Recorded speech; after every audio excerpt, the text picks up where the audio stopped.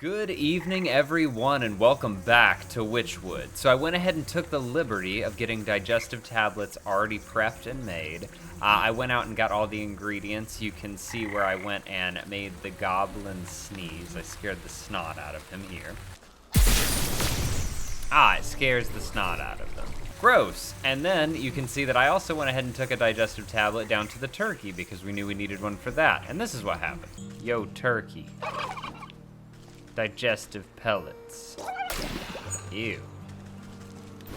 Ew, I got your gallstone? What? Also kind of gross, but useful. And nothing happened on the way. Nothing terrible happened on the way at all. We murdered him. Nothing happened. We might be the bad guy. But anyway, so now we're here. We've got the digestive tablets for the Frog King, and let's see what happens. Are you gonna eat them? You could eat them. Oh, wait, I have to have them. The frog rolls his eyes around and around as if daring you to try something. Here you go. You wrap a juicy-looking grub around the medicinal tablets and offer it up to the Frog King. Your Majesty, I really must find the whereabouts of that gentleman. Perhaps this small tribute will persuade you to loosen your tongue. The frog gulps down the tantalizing meal without a thought. Ah, delectable gift. Thank you, my pretty. Now, I already told you where. His nostrils flare for a moment, then he sneezes, sending specks of wet mucus flying. The frog's throat suddenly expands, filling with gas. The belch that erupts from its lips resonates so loud that the entire swamp ceases its buzzing. You avert your eyes, but the noise and smell of the frog's explosive eruption almost knocks you off your feet. Great Glinda's ghost, what a stench. The frog wobbles on its legs, looking thoroughly emptied. He teeters before rolling his huge body back into the swamp with a thunderous splash. You spot the slippery body of the husband floating in the bog water. Luckily, he seems to be missing some bits and pieces, so he should fold up quite nicely. Gross. Stuff him in your satchel. Oh my god. I love this. Did we get the digestive tablet? Yes, we did. Well, we got the husband. Let's go do a necromancy. I'm so excited, y'all. Where is it? Where is it? Where is it? The circle of power is ready and waiting for its necromantic purpose. Corpse. Place the husband corpse on the center. With considerable effort, you unfold the husband's decaying body from your satchel and slap it down in the middle of the circle. Invisible shackles wrap around the corpse's limbs and pull it spread eagle against the ground. Strange mist rises from the obelisks, casting everything in a sickening green light. Slowly but surely, the corpse begins to levitate off the ground. It slowly rotates to face each obelisk, one by one. Oh, get on with it. I haven't got all day. You give the rotting head a good kick as it passes by you. Jeez. With a gasp of stale air, the body drops to the ground. Suddenly, it bolts upright. Hey, it's the zombie. Speak to the zombie husband. Well, hello there. You caused me a lot of trouble, you know that. The reanimated corpse claws at its throat. Oh, sorry, wait a moment. Near your feet, you see a disembodied tongue flopping about on the ground like a worm. You scoop it up and quickly toss it into the man's gaping mouth. Though he moves his jaw, his lurching voice seems to emanate from someplace beyond. Murderer! What? I am not. You were quite dead when I found you. No, Leech murdered me. He clutches at his hollow chest as if trying to feel his heart beating. Gave me plague, drained my blood. Leech murdered others. He swings a limp arm towards the body-filled bog. I knew there was some awful stink about that sick house. What sort of doctor infects her own patients? Check her office. Find proof. Don't you worry. I'll make sure that parasite gets what's coming to her. But you should head back home. Your wife is worried half to death about you. He turns and looks longingly over his shoulder. You can hear his vertebrae popping. Yes, I late. As he shambles into the choking mist, he gives you a crooked nod of thanks. Okay. Well, I kind of want to check in with them real quick. Hey, how y'all doing? Thank you, sister. He's good as new. Love, wife. I love it. I love this. I love this for them. Now to go murder. Let's go murder somebody. Are we gonna murder somebody? We're gonna do a murder. First we did a necromancy, now we're gonna do a murder. Today's book is full, let me tell you. Please don't shoot me, whatever you are. Don't you stab me. Don't none of you do anything. I'm on a mission, a righteous quest to go kill somebody. Hey, so, Leech. I heard some things. Some not so good things. Always remember to cover your mouth when you cough. Yes, yes, yes, I know. But do I have to cover my mouth when I murder? Hey, bye. I'm going to your office. Leech's office. While the Leech is busy with her patients, you rifle through the contents of the various cabinets in her office. Mostly dried herbs and potions. Nothing seems out of the ordinary. That is, until you notice a suspicious-looking bookcase set against the wall. The books are all fake, just chopped down splines glued to a solid plank. Your fingers race across the medical titles and quickly find a loose volume. With a click of a switch, the whole bookcase swings open to reveal a secret compartment. Your heart jumps at the sight. Racks upon racks of bottled blood are arranged like fine wines. Each vessel meticulously catalogs the name, description, and age of its source. It looks like that thirsty slug's been sapping the living for years. On a nearby table, you spy a decanter half filled with ruby red liquid. You wonder whose blood it contains. A dash of salt would remind that slimy worm that there's worse things out there than bloodsuckers. Ooh, I have that. This wine is just waiting to be salted. Well, I have wine salt. Wine salt. Wine salt. All right, let's spritz it. You sprinkle a generous amount of embalming salts collected from the graves of the Leech's victims into the decanter. That's irony. As the salt dissolves into the bloody cocktail, you hear the telltale squelching of the good doctor's approach. What are you doing? Can't you see that this is my private office? I already helped you enough, so there's no reason you ought to be here. She hastily shuffles you out of the room. Now get out. This place is only for the sick. You're certainly right about that. You walk just out of sight before doubling back to hide behind a withered get-well bouquet. You peer at the vexed Leech as she slithers around her office, checking every cabinet and locker for tampering. She mutters something expletive about nosy old women. Satisfied, she sighs with relief and reaches to pour herself a glass from the tainted decanter. Ah, that addition of black fever adds a certain nutty quality. Maybe it will pair well with an infusion of peat moss palsy in the next batch. She takes a sip, waiting just a moment before throwing her head back and guzzling it all down. Lovely, sharp flavor, full body too. Suddenly, the Leech snaps to attention. Her limbs dart out, writhing with uncontrollable gestures. She stabilizes herself against the table as sweat pools on her brow. The decanter shatters against the floor in an explosion of glass. What's happening? The Leech spasms as the tendrils of ghostly spirits begin to suck the moisture from her body. You watch as she dwindles in size, shrinking like some horrible raisin. Gross. You inspect the mummified worm, pressing it between your fingers lightly. Trained by the very spirits she was supposed to be healing. In your fingertips, you make out the faintest of heartbeats, the soul of the Leech. Nice. Well, we have that now. Very cool. Are you gonna fix this? I don't believe it. This was happening right under my nose the whole time. Wow. Everybody's like, oof. Oof, yep, oof indeed. That's a big oof. Can we get an F in the chat for what was going on there? I mean, not for the Leech, because, you know, they deserved it. She deserved what she had coming to her. Is there anything back here? Cool, well, I guess now we'll go handle everybody else. I guess let's go do the bear next. Are these guys dead? These guys weren't dead last time I was here, I thought. Why are they dead? Gosh, it's terrible here. Sure, jars of water for it. You slosh cool, clear water into the brewery's main tank. Not the best base for potion brewing, but you want to preserve that honey mead flavor. You open up the brewery to inspect its complicated innards. Cinderbox. With the heat of a cinderbox, you set the stove chamber of the brewery alight. It will bring the tank to a roiling boil.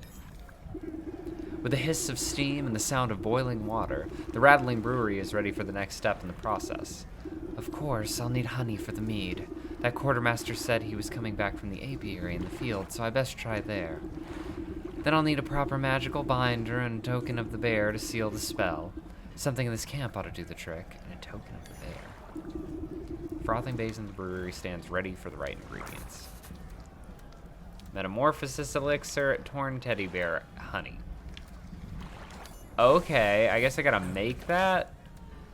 Metamorphosis. I got everything to make that. Cool. Careful you don't mix the two parts together. There's no tell what will change. Jeez. Okay, so we got that. So then we just need a teddy bear. You're gonna need to figure out. So, now I can go in his tent. Through the open tent flap, you catch a glimpse of the pillaged trinkets and treasures scattered about the spacious interior. You surmise that one of these precious objects might contain enough magical essence to use as a token of the bear. Your eyes have only a moment to linger upon the giant fur-lined bed before a hand pulls the door flap shut. The sergeant gives you a disapproving glare as he ushers you away. Hey, you can't go in there. This is the bear's personal tent. You know the kind of hell that would break loose if he finds out someone's been snooping? Don't worry, I'll be careful. It seems like your men are keeping him distracted anyway. You glance over at the bear as he tosses aside a soldier like a sack of potatoes. No way, no how. If you think this is bad, just wait until he finds out there's no more honey mead. If you're so afraid of that stomping brute, why don't you just slip away into the night? Surely it would prolong your life a little. And abandon all my friends? We soldiers gotta stick together. It's our only chance. If only there was some way to stand up to the bear. A thought seems to cross the sergeant's mind as he notices the potions and baubles hanging about your belt. Say, you're good with magical doodads and whatsits, right? What if you made me some sort of protective charm or talisman? Then I could maybe have a chance against that monster without getting my head stoved in. If I make you a protective talisman, will you let me into this tent? I suppose I wouldn't have much to worry about if you did. Oh, I want to make that. How do I make that? I want to make that. Stuff. Okay, well, I have everything except whatever this is. Crystallized essence of evil, insofar as it can be contained. What? I need dog fur, don't I? Dog hair. Graveyard. Graveyard? Graveyard. There's a graveyard? Where's the graveyard? I want to go to the graveyard. Now I have to find a dog. I gotta go find a dog. Is there a dog in this camp? That'd just be too convenient. Fine, I know where a dog is. Well, I know there's a dog up here.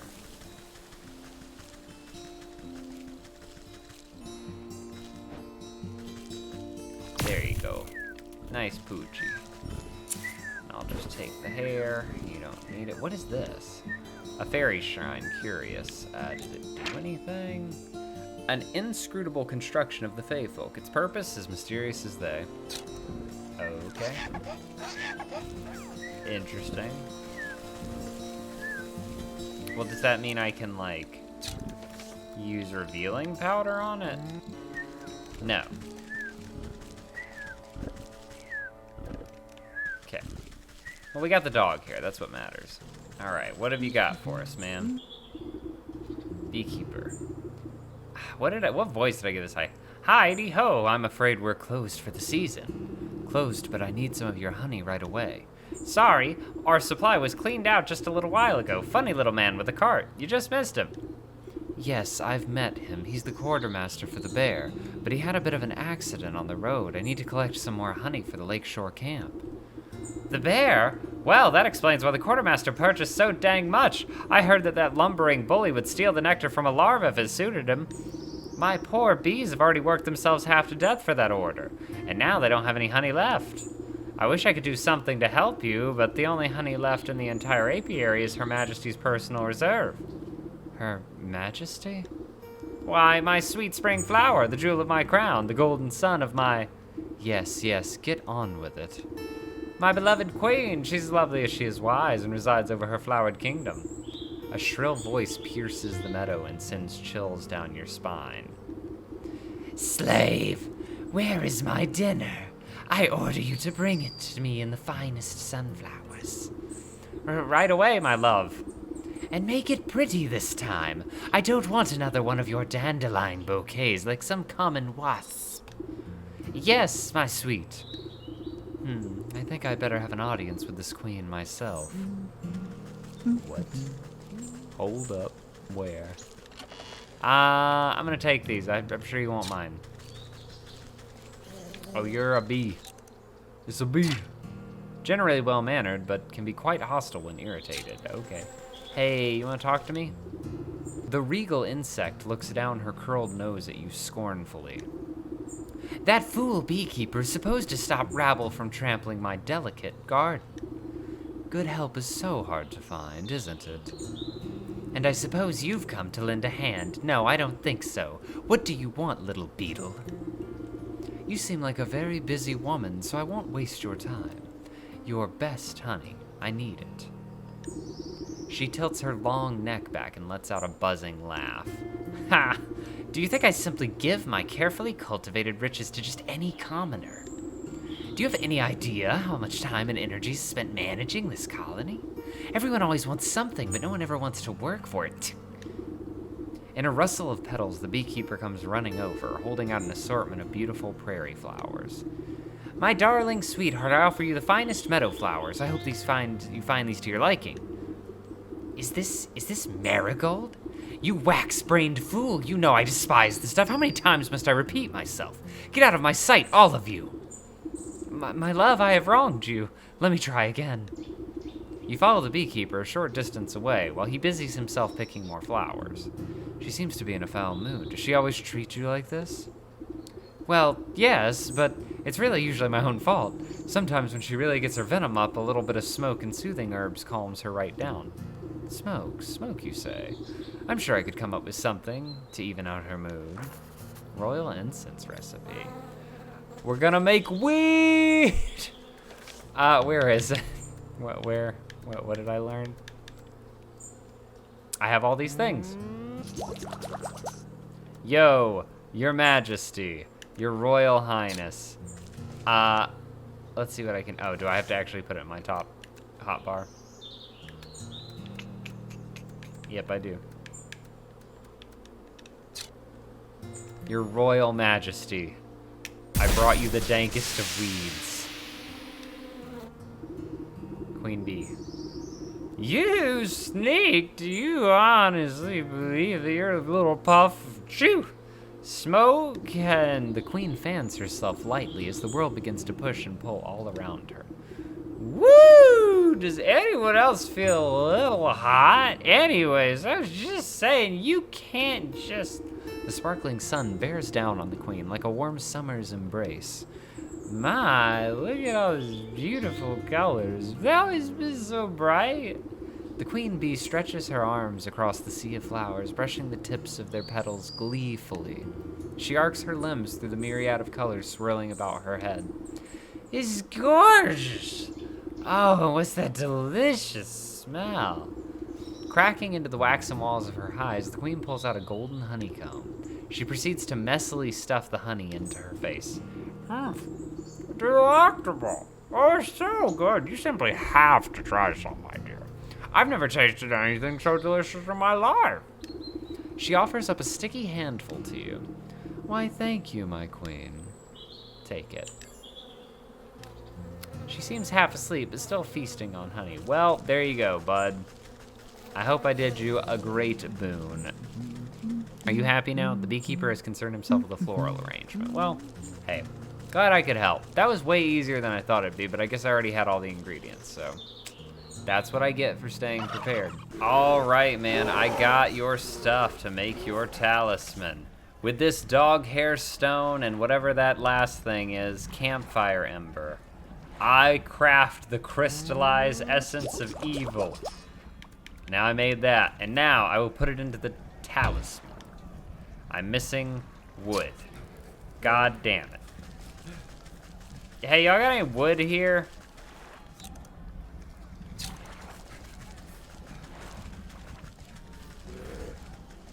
I'll be right back. I went through the whole forest and didn't get any wood. Oh yeah, also, what is this? I saw this, but I didn't actually see what it is. Humble basin, once perhaps part of a lovely plaza, now little more than a bird bath. What is this place? I've not been over here. Hello. Weeping Maiden, a pretty, sad-looking woman. Oh, she is pretty. Weeping Maiden, you approach a young woman weeping sorrowfully into her palms. She catches her breath for a moment and looks out longingly over the placid lake. Oh, my sweet songbird, why have you forsaken me to a life devoid of your love? Tears well up in her eyes as she buries her face once again. You consider leaving this melodrama well enough alone, but something about the poor girl reminds you of the maiden slumbering under your house. You draw out a tattered handkerchief and offer it to the maiden. There, there, dry your eyes, my child, and tell old Granny what the matter is. Oh, thank you, you're very kind. She takes the cloth and daintily dabs at the corners of her eyes. Swallowing the last of her sobs, she composes herself before sighing wistfully. It's my beloved, such a sweet and romantic man, and with the voice of a meadowlark, he... Ah, I get it, he dumped you. Well, don't worry, there's plenty of other frogs in the swamp. What? No, he loves me, and I love him. Though our families would never allow us to be together, he'd come and sing outside my balcony every night. One night we both vowed to escape and meet by this lake. Her lip quivers. I waited and waited under the waning moon, even past the morning sun, but he still didn't reveal himself. Tough break. Maybe he just wasn't that into you. The woman snaps at you with sudden vitriol. He would never abandon me. We're destined to be together. She slips back into a melancholic gaze over the lake. Even now, I can still hear the beautiful melody of his lute coming from across the water. Over the dull sounds of lapping waves and quaking waterfowl, faint notes of some faraway stringed instruments whisper through the reeds. Oh, I hear it too. Maybe you aren't just mad in love. It's coming from somewhere in the middle of the lake. He's out there somewhere. I just know it. She crumples into another dramatic bout of inconsolable tears. Now, I'm sure it's just some echo bouncing off the shore. I'll go find where this tardy bard of yours has run off to. New chapter, the snake. Oh, buddy, no. We can't be doing that. I still gotta go finish the bear. That was not my intention. The music seems strongest on this shore, but even here you can't quite place the source. It seems to be emanating from the half-sunken ruin poking out of the lake's waters. Maybe that fool bard's hiding way out there? Bah, but I swim as well as hens fly. Suddenly, some unseen voice chitters mockingly in your ear. Ho-ho, hee-hee, da musical man, you'll never see. You spin around, but no one is there, just a nattering laughter bouncing on the wind. Who's there? Show yourself, spirit. What are you? Elusive pixie. Legend tells of strange whispers from nowhere whereabouts. Perhaps this is their source. Oh, really? Who are you? And who are you? Pixie. You snap your hand around the elusive creature and squeeze it. Ack! Let me go, you knobbly pot! You're crushing the life out of me! You trifling little pest. What do you know about this music? Music? What music? All I hear is the slapping waves and the peeping birdies. Your wrinkly old ears must be full of bugs. Don't you play smart with me, I'll pop your head off like a daisy. Oh, you mean that music? It's the sound of the snake's traveling circus. I thought everyone knew that. Circus stays still, but the door's the thing that travels, you see. And right now the door's out on that lake, but you'll never get in. You give the wretched sprite a good shake and shower of glittering dust sheds off of its wings. Tell me how to cross the lake, or I'll make a necklace of your teeth. Ach, only fey folk can show the way. Dirty fairies build a bridge. Keep y'all big folk out, unless the snake invites them in. You're a fairy, aren't you? Where's this bridge? Ha! We're a pixie, not one of those flamby-pamby mushroom herders. Besides, the bridge is invisible to big stompers like you. The creature peers out over your shoulder and waves its tiny arms. Oh, look, there's a fairy now. Why don't you go ask her? You turn to look, but in your moment of distraction, the pixie sinks its sharp teeth into your finger. Ouch! You sneaky little blighter.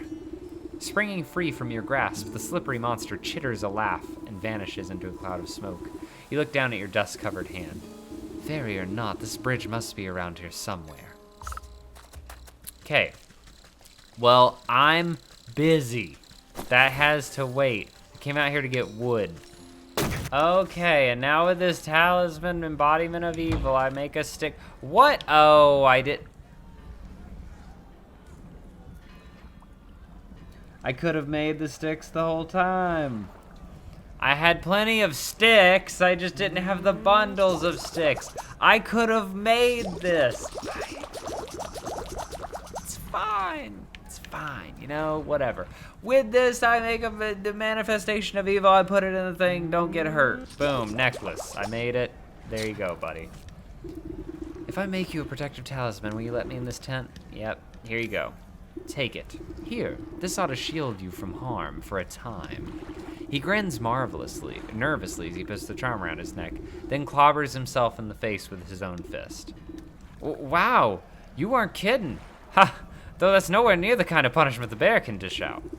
I better find some more stuff to test it out with. Then I'll give that bear a piece of my mind. He stumbles off into the camp to find other objects to try against his newfound protection, leaving the bear's tent unattended. You're gonna use it up, you clod. You're gonna use up all the protective energy, and then you're gonna go get murdered. Teddy bear. Also, this is his tent, so I'm taking all his stuff. Open-topped barrel, decent for temporary storage. A dear trifle, surely this will do. There you go. Awesome. I don't think there's anything else to get in here, so that's all we needed.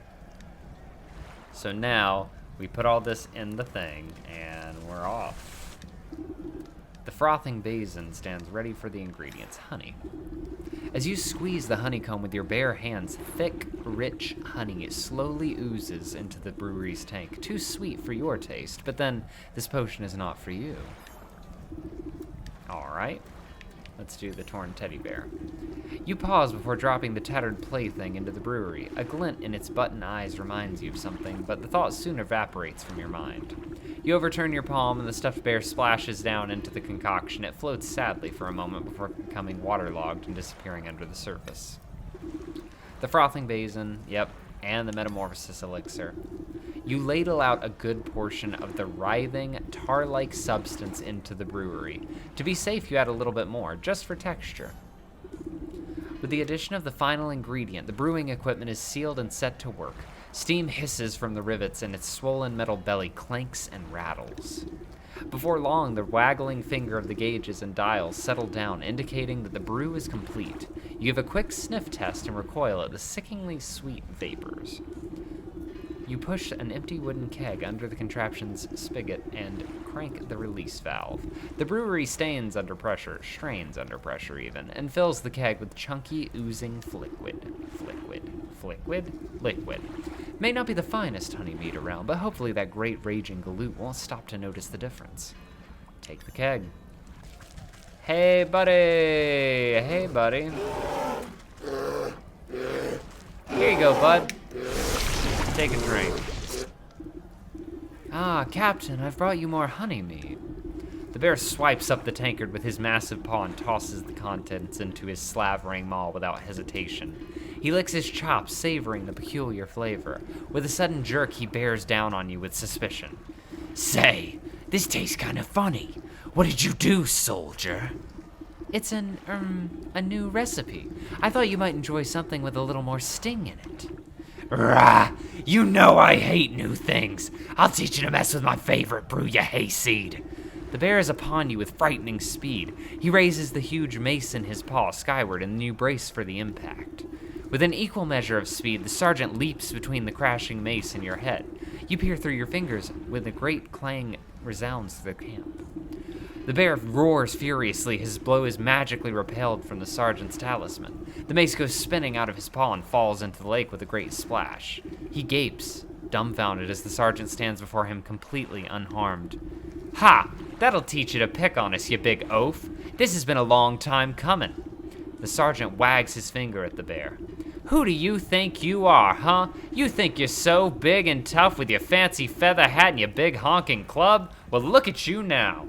The camp's soldiers gather to bear witness in stunned awe. Miraculously, the bear seems to shrink in the face of the sergeant's onslaught. If it was up to me, you'd be dishonorably discharged for disorderly conduct. You're a disgrace to the uniform. You're no captain of mine. With fear welling up in his eyes, the bear shrinks and shrinks until he is reduced to the size of a small cat. And another thing, what's happening?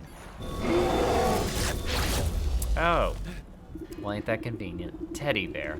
In place of the bear's drunken grimace is the stitched smile of a doll's grin. Two button eyes stare back at the disapproving faces surrounding the little plush toy. The sergeant takes a step back to reveal the small shape of a stuffed teddy bear where the brute once stood. Your transformative potion has finally done its work. Gee, I guess I overdid it. He scratches his head in befuddlement, but seems genuinely relieved. Hey, Sarge, I guess this means you're in charge now, right? Oh yeah, I guess it does. Well, what are you all standing around for? The camp's a mess. Let's get to work. I'll take that. You pick up the diminutive doll and brush some sand out of its fur. As you inspect it further, its head lolls to face you. Far within the glassy surface of its button eyes, you can barely make out a tiny crimson flame, the trapped soul of the bear. This ought to be what that old goat is after. I hope he's happy. Well, we did it. The quest is completed. And with that, this episode is completed. So that's 2 souls in 1 episode. Pretty good, guys. So, thanks so much for watching. I appreciate you being here.